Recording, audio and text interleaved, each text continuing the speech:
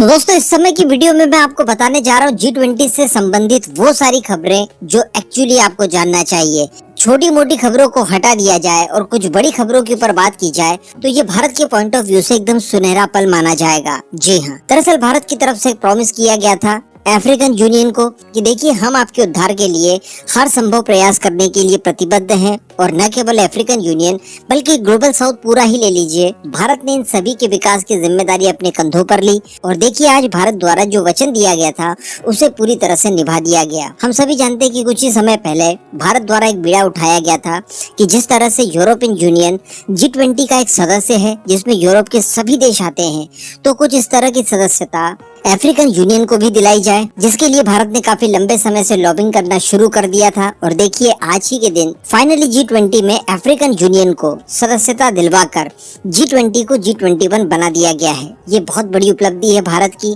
क्योंकि बिना किसी विरोध के इस बाधा को पार कर लिया गया और सभी ने भारत के इस प्रस्ताव का समर्थन किया। और फाइनली अफ्रीकन यूनियन के सारे देश अब ऑफिशियल G20 के सदस्य बन जाएंगे एक देश के तौर पर। तो बिल्कुल अब ये कहा जा सकता है कि भारत और अफ्रीका, जो कि दुनिया की प्राचीनतम सभ्यताएं हैं, ये दोनों अब एक हो रही है। इसके अतिरिक्त दोस्तों सबसे महत्वपूर्ण इवेंट देखने के लिए मिली जो बाइडेन और प्राइम मिनिस्टर मोदी की मीटिंग को लेकर। जी हाँ, ये बहुत ही ज्यादा इम्पोर्टेंट थी और G20 के सबसे ज्यादा महत्वपूर्ण इवेंट्स में से एक इसे कहा जा सकता है। यहाँ पर वैसे तो कई सारे मुद्दों को लेकर बातचीत की गई, लेकिन सर्वप्रथम जो बाइडेन की तरफ से आदित्य L1 और चंद्रयान 3 को लेकर भारत को बधाई दी गई। इसके अतिरिक्त डिफेंस के क्षेत्र में दोनों देशों के बीच में साझेदारियां और बढ़ेगी, इसको लेकर चर्चाएं की गई। MQ-9 ड्रोन्स की खरीद हो या फिर GE के F414 इंजन की बात की जाए जो कि तेजस मार्क 2 में जाने वाला है, इन सभी को लेकर चर्चाएं की गई और जो डील्स लंबित थी उन्हें फाइनल प्रारूप दे दिया गया है। इसके अतिरिक्त दोस्तों मैं आपको बता दूं कि जल्द ही जो बाइडेन एक बार फिर से भारत आएंगे,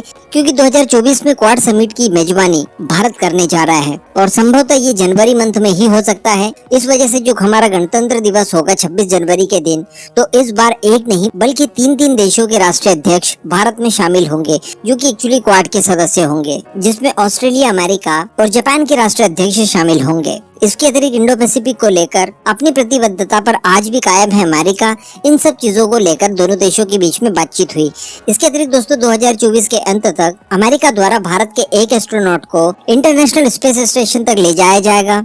इसके साथ साथ आउटर स्पेस को एक्सप्लोर करने के लिए दोनों देशों के बीच में सहमति बनी है। आने वाले समय में भारत को परमाणु सहयोग करेगा अमेरिका। और इसके अतिरिक्त जो सबसे महत्वपूर्ण बात निकल कर आती है वो है UNSC में भारत की परमानेंट सदस्यता और साथ ही वीटो पावर दिया जाना। दरअसल मैं आपको बता दूं कि न्यूज एजेंसी PTI ने UNSC के सेक्रेटरी गुतारेस से कुछ बातचीत की, जिसमें भारत की UNSC की परमानेंट सदस्यता और वीटो पावर के बारे में इनसे पूछा गया।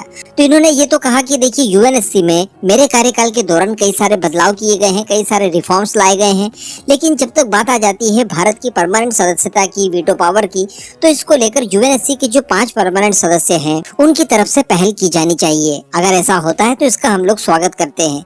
अब इसी आधार पर जो बाइडेन की तरफ से भी ये आश्वासन दिया गया है कि UNSC के रिफॉर्म्स के लिए अमेरिका पूरी तरह से प्रतिबद्ध है और जब भी ये होता है तो भारत की सदस्यता यहाँ पर सुनिश्चित की जाएगी। इसका वेलकम अमेरिका करेगा। इसके अतिरिक्त दोस्तों जो सबसे बड़ी बात निकलकर सामने आई है वो देखने के लिए मिल रही है हमारे UPI सिस्टम और डिजिटल करेंसी को लेकर। जी हाँ, यहाँ पर भारत की तरफ से एक मास्टर मूव चला गया है। देखिए ये जो G20 का समिट हो रहा है, इसमें दुनिया भर के 1000 प्रतिनिधि शामिल हुए हैं, जो कि दुनिया के अलग अलग कोनों से आए हुए प्रतिनिधि हैं। अब यहाँ पर प्लानिंग दरअसल ये की जा रही है कि क्यों ना G20 के सभी प्रतिनिधियों के वॉलेट में, जो कि डिजिटल वॉलेट होगा, उसमें 1,000 रुपए इंडियन गवर्नमेंट जमा करवाए। और ऐसा करके इंडियन गवर्नमेंट अपनी डिजिटल अचीवमेंट जैसे कि आधार, डिजी लॉकर और UPI आदि इन सब को प्रदर्शित कर सकता है इन सब के सामने और इसका प्रमोशन कर सकता है। तो बताया जा रहा है कि इसके ऊपर काम किया जा रहा है और इन प्रतिनिधियों को 1,000 रुपए दिया जाएगा, जो कि ये लोग खरीदारी में इस्तेमाल भी कर सकते हैं। दरअसल जहाँ पर G20 वगैरह हो रहा है वहाँ पर अलग अलग स्टॉल लगाए गए हैं, जहाँ पर कई तरह की वस्तुएं खरीद सकते हैं जो आने वाले मेहमान हैं वो। तो इसी 1,000 की धनराशि से ये अपने लिए जो भी खरीदना चाहें ये वहां से खरीद सकते हैं, जो कि डिजिटल होगा और UPI के माध्यम से ये लेन देन की जा सकेगी। वैसे ही हम जान रहे हैं कि भारत के UPI की जो पॉपुलैरिटी है वो दुनिया में बहुत ही ज्यादा बड़ी है दुनिया में सबसे ज्यादा इस्तेमाल किए जाने वाला डिजिटल पेमेंट सिस्टम हमारा यूपीआई बन चुका है। बिलियंस ऑफ रुपीस की इसमें ट्रांजैक्शंस हो रही है। दुनिया के कई महत्वपूर्ण बड़े बड़े देश इसे अडॉप्ट कर रहे हैं, जिसमें सिंगापुर का नाम ले सकते हैं, फ्रांस का ले सकते हैं, यूएई का नाम ले सकते हैं, और भी कई सारे दुनिया के देश हैं जो कि इसको अपनाना चाहते हैं। ऐसी परिस्थिति में 1,000 रुपए देकर इस तरह का प्रमोशन करवाना मेरे हिसाब से मास्टर प्लान था, और इसी के ऊपर इस समय काम किया जा रहा है। तो ये कुछ वो महत्वपूर्ण इवेंट्स थे जो मुझे आपको बताने थे। इस पूरे मुद्दे पर अब आपका जो भी मानना हो नीचे कमेंट करके जरूर बताएं।